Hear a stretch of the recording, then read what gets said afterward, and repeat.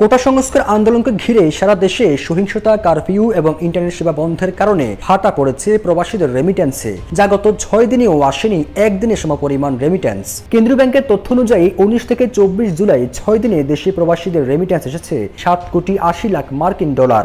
অথচ চলতি মাসের প্রথম 18 দিনে প্রতিদিন গড়ে প্রবাসী আয় এসেছিল 7,90,00,000 ডলার। চলতি মাসের প্রথম ভাগের একদিনের যে পরিমাণ প্রবাসী রেমিটেন্স এসেছিল, সবশেষ গত 6 দিন এসেছে তার থেকেও কম। বাংলাদেশ ব্যাংকের তথ্য মতে গেল বছরে 1 থেকে 18 জুলাই প্রবাসীদের রেমিটেন্স এসেছিল 129,70,00,000 ডলার।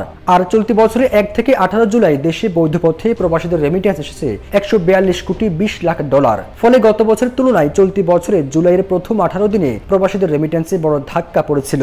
তবে কোটা সংস্কার আন্দোলনকে ঘিরে এবার সেই ধাক্কা দেশের অর্থনীতিতে বড় আঘাত এনেছে।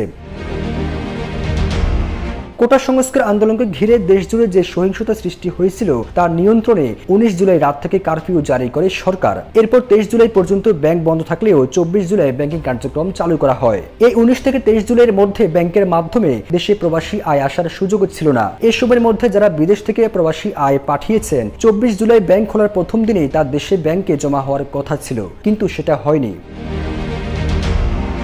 এ বিষয়ে বেসরকারি মিউচুয়াল ট্রাস্ট ব্যাংকের ব্যবস্থাপনা পরিচালক সৈয়দ মাহবুব রহমান গণমাধ্যমকে জানান, দেশে ইন্টারনেট সেবা বন্ধ থাকায় 5 দিন সারা বিশ্বের সঙ্গে বাংলাদেশের আর্থিক লেনদেন বিচ্ছিন্ন ছিল, ফলে প্রবাসী আয় আসা সম্ভব ছিল না। এ সময় যারা প্রবাসী আয় পাঠিয়েছেন তা গত বুধবার বা বৃহস্পতিবার দেশে চলে আসার কথা। যদি না আসে তবে রোববার বা সোমবার আসবে বলে আশা করছি। যদি এই দুদিনেও না আসে তাহলে বুঝতে হবে প্রবাসী আয় একটা ধাক্কা লেগেছে, যা দেশের অর্থনীতিকে আরো চাপে ফেলবে বলে মনে করি।